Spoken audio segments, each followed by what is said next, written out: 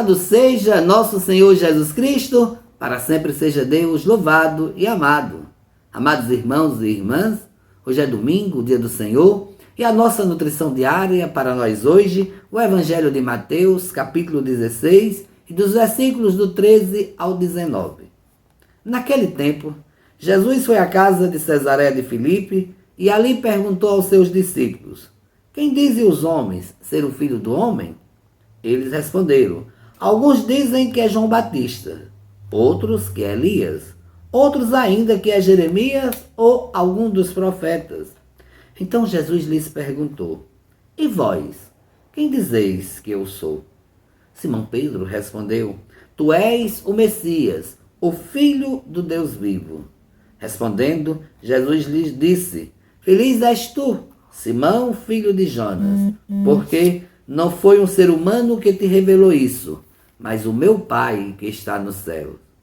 Por isso eu te digo que tu és Pedro, e sobre esta pedra construirei a minha igreja, e o poder do inferno nunca poderá vencê-la. Eu te darei as chaves do reino dos céus. Tudo que tu ligares na terra será ligado nos céus. Tudo que tu desligares na terra será desligado nos céus. Palavra da salvação. Glória a vós, Senhor. Amados irmãos e irmãs, este domingo a igreja celebra o dia de Pedro e Paulo, dois grandes homens para a igreja. Pedro, como nós ouvimos agora no Evangelho, foi aquele que Jesus escolheu para ser o líder da igreja. A presença de Pedro significa também para nós a unidade da igreja. Tudo que ligares na terra será ligado no céu. Pedro, tu és pedra, e sobre esta pedra edificarei a minha igreja. Então, dar a Pedro a autoridade para governar, para ajudar a igreja de Cristo nascer, crescer. Porque a partir de Pentecostes se nasce a igreja. E Pedro, então, vai assumir ali a liderança dos apóstolos, a liderança da igreja. É dado a ele a autoridade. A igreja é que traz a comunhão e a unidade de todos os irmãos e irmãs. É através de Pedro, como aquele que recebe as chaves do reino de Deus, para que possa também conduzir o seu povo para chegar na plenitude do reino. O Evangelho é muito curioso, porque traz somente a figura de Pedro neste Evangelho, mas aqui a importância que se dá da pergunta que Jesus faz. Primeiro, Jesus pergunta: o que dizem os homens que eu sou? Essa é uma coisa. Uma coisa é a gente falar aquilo que as pessoas estão falando, dizer aquilo que nós ouvimos.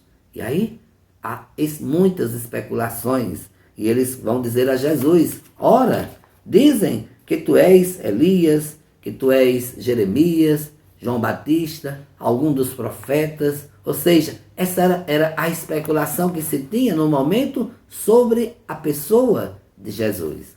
Mas Jesus, ele apenas quer saber o que dizem dele, mas a importância para Jesus é a pergunta que Jesus faz aos seus discípulos: e para vocês, quem eu sou? Pedro é tomado pelo Espírito de Deus para revelar quem é Jesus. Quando Pedro vai dizer: tu és o Messias, o Filho de Deus. Ou seja, essa resposta de Pedro era a resposta que já estava sendo esperada no coração de todos aqueles homens e mulheres, à espera do Salvador, do Messias. E ali se revela e se apresenta nesse momento quem de fato é Jesus, o Messias, o Filho de Deus. Pedro não tinha essa consciência ainda. É tanto que o próprio Jesus vai dizer que não foste ele, não foram os homens que disseram para ele, mas foi o Espírito de Deus que fez com que Pedro revelasse e apresentasse o Messias aqui neste momento. Então, Pedro é tomado pela ação do Espírito Santo. Mas essa resposta de Pedro deve ser também, hoje, a nossa resposta. E se Jesus fizesse para nós hoje essa mesma pergunta: quem é Jesus para você? qual seria a resposta que nós teríamos neste momento para dar para Jesus? O que significa, então, Jesus para nós? E qual a importância que Jesus tem na nossa vida? Esta pergunta ela vai ficar aí soando, ressoando, para que no nosso coração, através da nossa oração, da nossa leitura orante da palavra de Deus, possamos dar aquela resposta que arde em nosso coração. Eu também professo como Pedro: és o Messias, o Filho de Deus. Jesus, o nosso Salvador.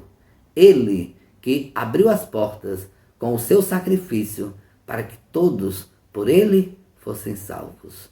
Um bom dia e que Deus abençoe a todos.